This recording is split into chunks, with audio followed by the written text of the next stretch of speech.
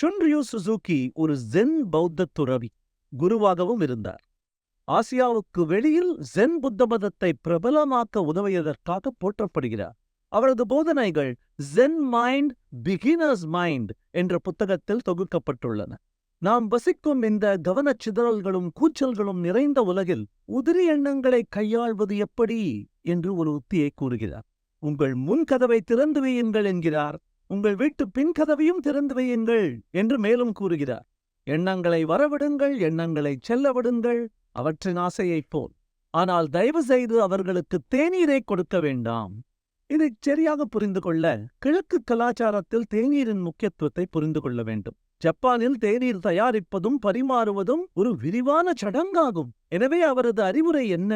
எண்ணங்களை வரவிடுங்கள், செல்ல விடுங்கள். மிகுந்த ஆதரவையும் உபசரிப்பையும் வழங்க வேண்டாம்.